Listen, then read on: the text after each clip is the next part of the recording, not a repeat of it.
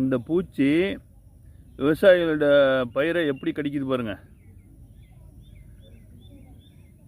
இந்த புழுவை பாருங்கள்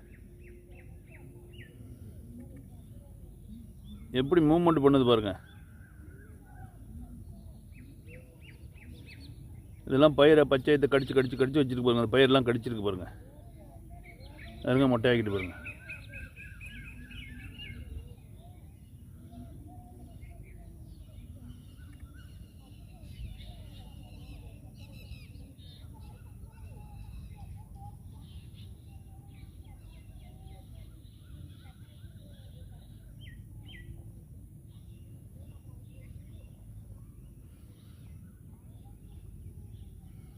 இந்த புழுவை பாருங்க கடிச்சு திங்குது அப்படியே.